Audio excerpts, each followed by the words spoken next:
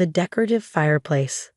The flames eagerly consumed 3 years of my work while shocked guests watched in horror.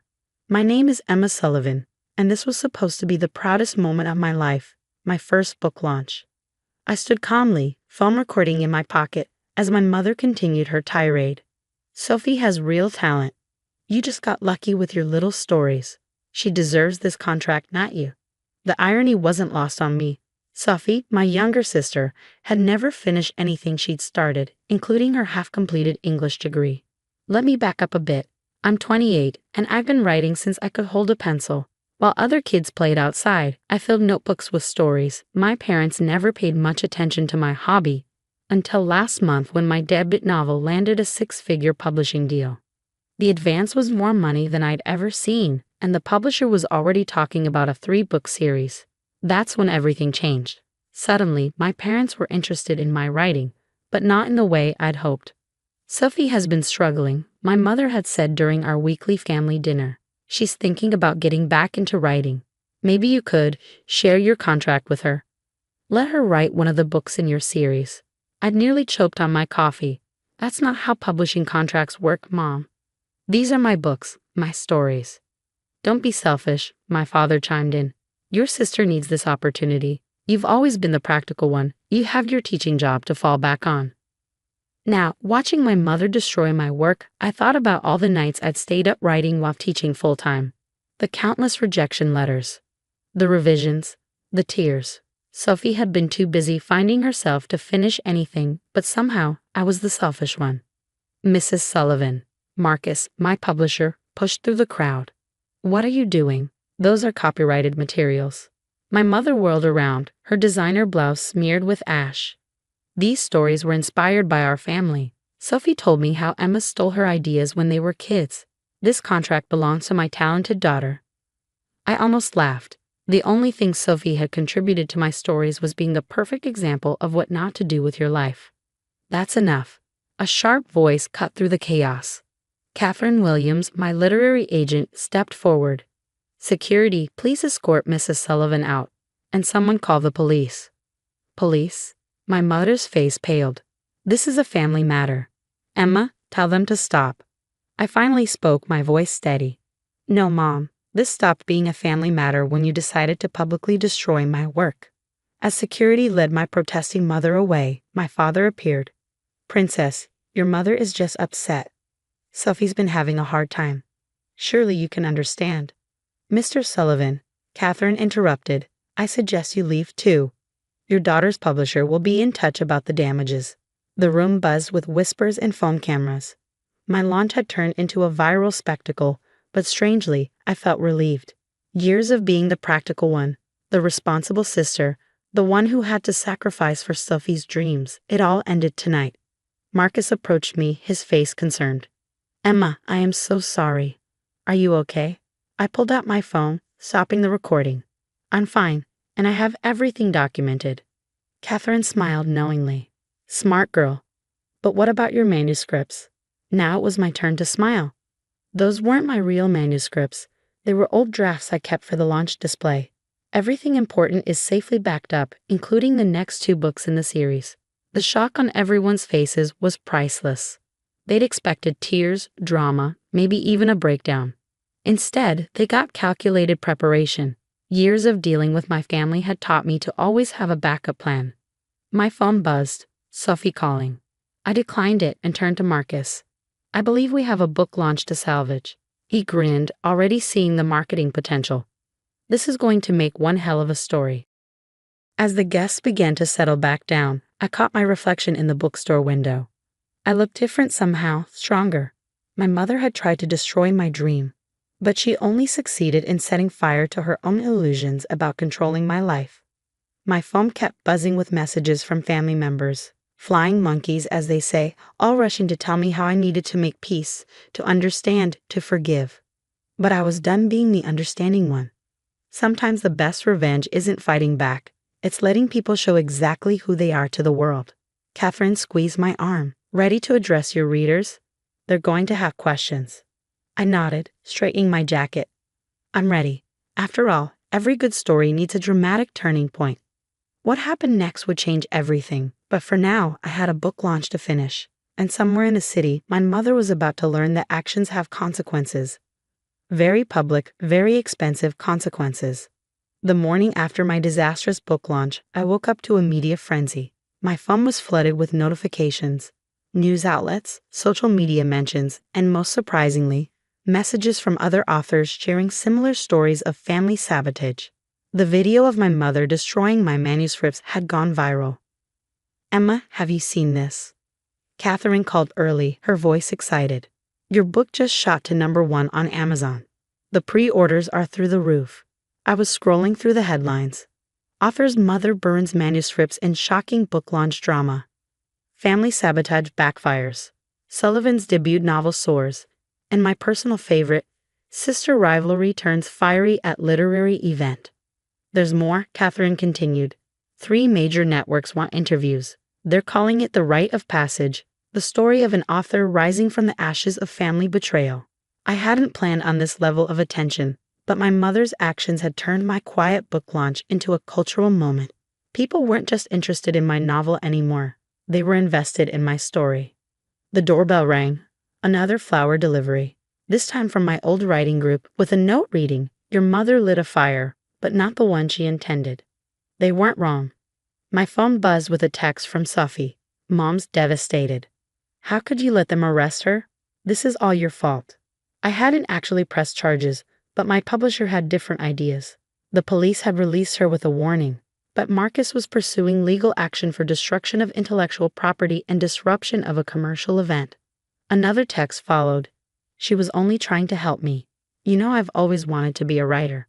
I thought about Sophie's writing career, the unfinished stories, the abandoned blog, the creative writing classes she dropped. Meanwhile, I'd written my novel during lunch breaks at school, late nights, and weekends. Every word earned through sacrifice and determination. The landline rang, my parents' last resort since I blocked their numbers on my cell. I let it go to voicemail. "Emma, honey," my father's voice cracked. "Your mother's not eating. She's devastated about what happened. The neighbors are talking. Please, can't we handle this as a family?" As a family, that phrase had always been their weapon of choice, wielded whenever they needed me to cave, to be reasonable, to put Sophie's needs first. My laptop pinged with an email from Marcus. "Emma, the publicity team wants to lean into this. We're thinking of adding an author's note to the book about your writing journey and the launch incident. The public is fascinated by your calm reaction to the chaos. They're calling you the Phoenix author. Also, we've received an interesting offer from a documentary filmmaker. Marcus." I was cracking my response when Catherine called again. "Turn on Channel 5 now." My mother was on the local news, standing outside their house in her perfect pearl necklace, tears streaming down her face. "I only wanted what was best for both my daughters," she sobbed. "Emma has always been so blessed, and Sophie needs this opportunity. As a mother, I had to try." I muted the TV, feeling a strange mix of amusement and sadness. Even now, she was trying to control the narrative, to paint herself as the devoted mother fighting for her struggling child. My phone lit up with a message from my old English teacher. "Saw the news. Remember when your mother didn't come to your first writing award ceremony because of Sophie's dance recital? Some things never change. Stay strong." She was right. Nothing had changed except me. I opened my laptop and began to write, not for my next book, but for myself. "Dear Mom and Dad." For years, I did my light to make Sophie shine. Every achievement came with guilt, every success with the obligation to share. But here's what you never understood. My stories were never about the family. They were about escaping it. You didn't create a writer when you burned my manuscripts. You freed one. Emma. I didn't send it. I didn't need to. The next morning, Publishers Weekly announced my book had broken pre-sale records. Sometimes the article read, "An author's real story is more compelling than their fiction." My phone buzzed again. Sophie calling for the 20th time. This time I answered. "How dare you do this to our family?" she started. "Mom's a mess, Dad's furious, and my friends keep sending me that horrible video." "Sophie," I interrupted calmly, "I have to go. I have a meeting with the documentary team." "Documentary? About what?" "About how our mother's attempt to burn my future only made it brighter." I hung up, feeling lighter than I had in years. The manuscript fire had burned away more than paper. It had incinerated the last traces of my need to please them. Marcus was right. This would make one hell of a story. But it wasn't over yet. Not even close. 3 months after the infamous book launch, my life had transformed in ways I never imagined. My novel Phoenix Rising, ironically about a woman breaking free from toxic family expectations, had spent 8 weeks on the New York Times bestseller list. The documentary about the manuscript burning incident, titled Rite of Passage, was generating Oscar buzz in the documentary category. But the biggest change wasn't the success. It was the silence. No more weekly family dinners, no more guilt trips, no more sacrificing my dreams for Sophie's whims. The peace was liberating.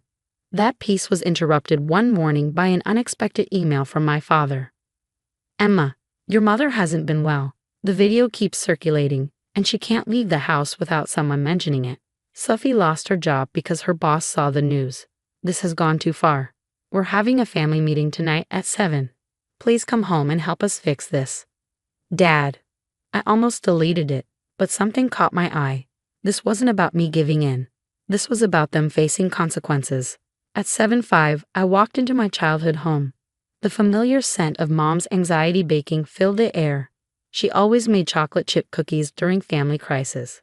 They sat around the dining room table, Mom, looking smaller than I remembered, Dad, attempting his usual authoritative pose, and Sophie, shooting daggers with her eyes. "You've ruined everything," Sophie started, but Dad held up his hand. "Let me handle this," he said, turning to me. "Princess, this has to stop.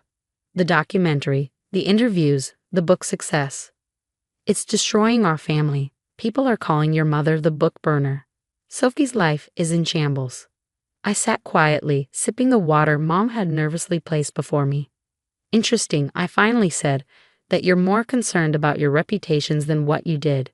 "I was protecting Sophie," Mom burst out. "You've always had everything so easy." "Easy?" I interrupted, my voice calm but firm. "Let's talk about easy. Let's talk about how I worked full-time while writing my novel.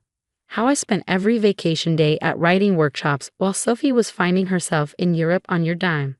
How I built my career while you were busy planning Sophie's next fresh start."